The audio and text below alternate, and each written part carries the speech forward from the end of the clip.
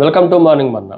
నేటి వాక్య దర్శనం కొరకు మత్తయి సువార్త 6వ అధ్యాయం 15వ వచనం. మీరు మనుషుల అపరాధమును క్షమింపకపోయిన ఎడల మీ తండ్రి మీ అపరాధమును క్షమింపడు. ఈ ఉదయకాల సమయంలో దేవుని వాక్యంలో నుండి క్షమాపణ గురించిన అమోఘమైన సత్యాలు ఈ ఉదయకాల సమయంలో మనం నేర్చుకోవాలి. లైఫ్ చేంజింగ్ ఫర్గివ్నెస్, జీవితాలనే మార్చివేసే క్షమాపణ యేసుక్రీస్తు మనకి జ్ఞాపకం చేస్తున్న ఈ ఉదయకాల సందేశం. ఈ వాక్య భాగంలో నుండి 4 ప్రాముఖ్యమైన సత్యాలు మనం గ్రహించాలి. నెంబర్ 1, కండిషన్, మన స్థితి, పరిస్థితి. దీన్ని జాగ్రత్తగా ఆలోచన చేస్తే యేసుక్రీస్తు ప్రభు మీరు మనుషుల అపరాధములను క్షమింపకపోయిన యెడల మీ తండ్రియు మీ అపరాధములను క్షమించడు. ఈ మాటలు మనం జాగ్రత్తగా ఆలోచన చేస్తే ఇది మన హృదయ స్థితి పైన ఆధారపడతా ఉంది. మనం క్షమిస్తే ప్రభు క్షమిస్తాడు, మనము క్షమించకుండా ఉంటే ప్రభు కూడా మన అపరాధములను క్షమించడు అన్న కండిషన్ని, హృదయం యొక్క పరిస్థితిని, మన స్థితిని ఈ వాక్యం మనకి జ్ఞాపకం చేస్తూ ఉంది. ఒక వాటర్ పైప్కి వాల్ ఉన్నప్పుడు నీటి ప్రవాహం ఉన్నప్పటికీ ఆ వాల్ మూసేస్తే ఆ ప్రవాహం ఆగిపోవటానికి అవకాశం ఉంది.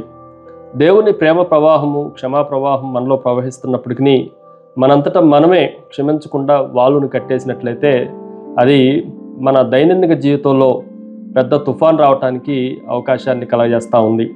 రెండో విషయాన్ని మీకు జ్ఞాపకం చేస్తాను. ఇట్ ఈజ్ ఏ చాయిస్, ఎంపిక.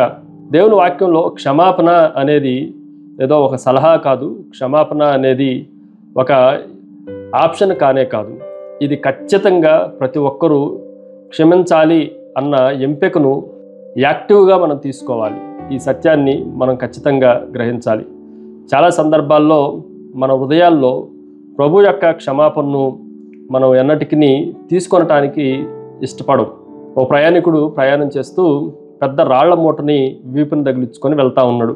ఇంకో ప్రయాణికుడు అడిగాడంట, ఇదన్నా ఎక్కడైనా పడేయచ్చు కదా, ఇంత ఎందుకు మోస్తున్నావు అని. అంటే ప్రజలు నన్ను ఎంత బాధ పెడుతున్నారో దాన్ని జ్ఞాపకం చేయడానికి నేను దీన్ని మోస్తున్నాను అని చెప్పాడంట.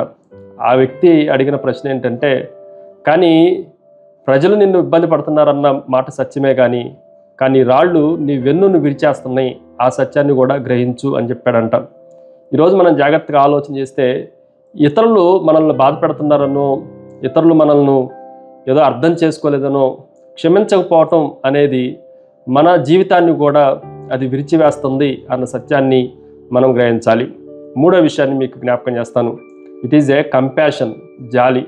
క్షమించాలి అనంటే హృదయములో జాలి, కరుణ అన్న స్వభావాన్ని కలిగి ఉండాలి.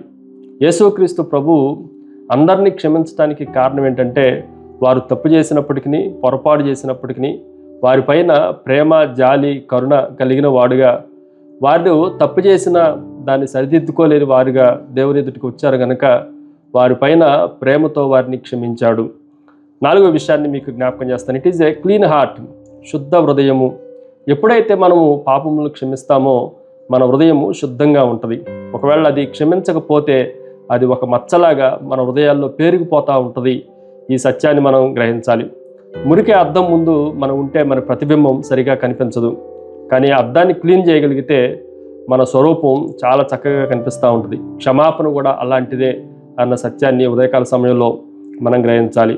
ప్రార్థన. సకలాశీర్వాదములకు కారణభూతుడవు తండ్రి, మరొకసారి మిమ్మల్ని స్తుతిస్తున్నాం. మీరు మమ్మల్ని క్షమించిన రీతిగా మేము కూడా అనేకుల్ని క్షమించడానికి మంచి హృదయాన్ని, శుద్ధ హృదయాన్ని మాలో కలగజేయమని యేసు నామమున అడిగి వేడుకొంచున్నాం తండ్రి. ఆమెన్. God bless you.